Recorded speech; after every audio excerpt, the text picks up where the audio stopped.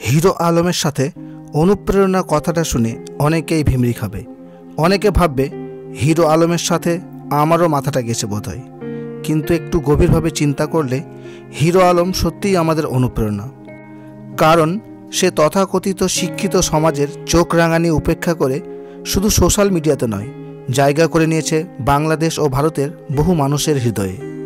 স্রোতের প্রতিকূলে তার যে অদম্য লড়াই, সেটা আমাদের কাছে শিক্ষণীয় তো বটেই, সেই সাথে অনুপ্রেরণাও। এখন প্রশ্ন হলো, হিরো আলম কে? সোশ্যাল মিডিয়া ব্যবহারকারী দুই বাংলার এমন কোনো মানুষ নেই যে হিরো আলমকে চেনে না। সোশ্যাল মিডিয়ায় বহু চর্চিত, সমালোচিত, পরিচিত একটা মুখ হিরো আলম। সোশ্যাল মিডিয়াতে হিরো আলমকে ট্রোল করেনি এমন মানুষ খুব কমই আছে। হিরো আলম মানেই হাসির খোরাক। না আছে নায়ক সুলভ চেহারা, না পরিষ্কারভাবে কথা বলতে পারে, তবু সে স্বঘোষিত নায়ক, গায়ক ও মডেল। তৈরি করেছে নিজস্ব একটা জগৎ এবং সেখানকার সে রাজা। আর্থিকভাবে সে আজ বেশ প্রতিষ্ঠিত। হিরো আলম তৈরি করেছে হিরো আলম ফাউন্ডেশন। সেখানে অনাথ শিশুদের থাকা খাওয়ার সাথে রয়েছে লেখাপড়ার সুবন্দোবস্ত। কিন্তু তার ছেলেবেলা মোটেই সুখের ছিল না। ছেলেটার আসল নাম আশরাফুল আলম সাঈদ। 1985 সালে বাংলাদেশের বগুড়া জেলার প্রত্যন্ত গ্রামের এক দরিদ্র পরিবারে জন্ম। অভাবের তাড়নায় তার মা হিরো আলমকে অন্য পরিবারের হাতে তুলে দেয়, এই ভেবে যে ছেলেটা দুবেলা দুমুঠো খেয়ে বাঁচবে। কিন্তু ভাগ্য তাতেও বাদ সাধল। কিছুকাল পরে পরিবারটি আর্থিকভাবে বিপর্যস্ত হয়ে পড়ে। হিরো আলম তখন 7ম শ্রেণীতে পড়ছে। সংসারের হাল ধরতে শুরু হয় জীবনের লড়াই। প্রথমে সে চানাচুর ফেরি করতে শুরু করে, তারপর সিডি ক্যাসেট বিক্রি। ক্যাসেট ব্যবসায় মন্দা দেখা দিলে কেবল টিভি কানেকশনের ব্যবসা শুরু করে। এখানে সে পায়ের মাটি বেশ শক্ত করে নেয়, আর তখন থেকেই শুরু হয় হিরো আলমের হিরো হওয়ার স্বপ্ন দেখা। 2016 সালে তার একটি মিউজিক ভিডিও সোশ্যাল মিডিয়াতে ট্রোল হতে হতে ভাইরাল হয়ে যায়। ব্যাস, হিরো আলম এই প্রতিকূল সুযোগটাকেই নিজের অস্ত্র বানিয়ে নেয়।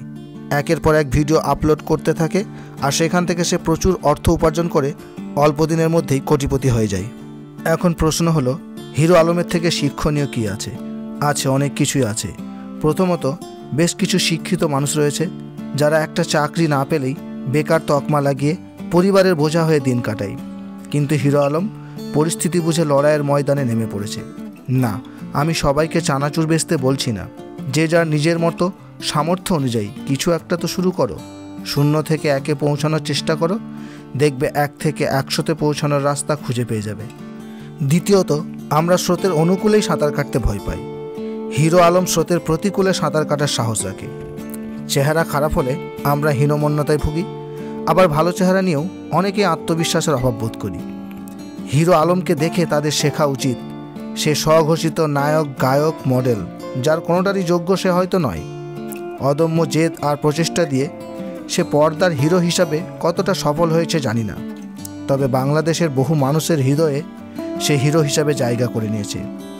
তাই 2023 সালের সাধারণ উপনির্বাচনে বগুড়া 4 আসন থেকে মাত্র 834 ভোটে পরাজিত হয়েছে। তবু মুখে ছিল সফলতার চওড়া হাসি। বিজয়ী প্রার্থীকে নিজে হাতে মিষ্টিমুখ করিয়ে দিয়েছে উদারতার পরিচয়। শিক্ষিত সমাজ তাকে মানসিক এবং শারীরিক নিগ্রহ করতেও পিছপা হয়নি, কারণ তার সাফল্য মেনে নিতে পারেনি।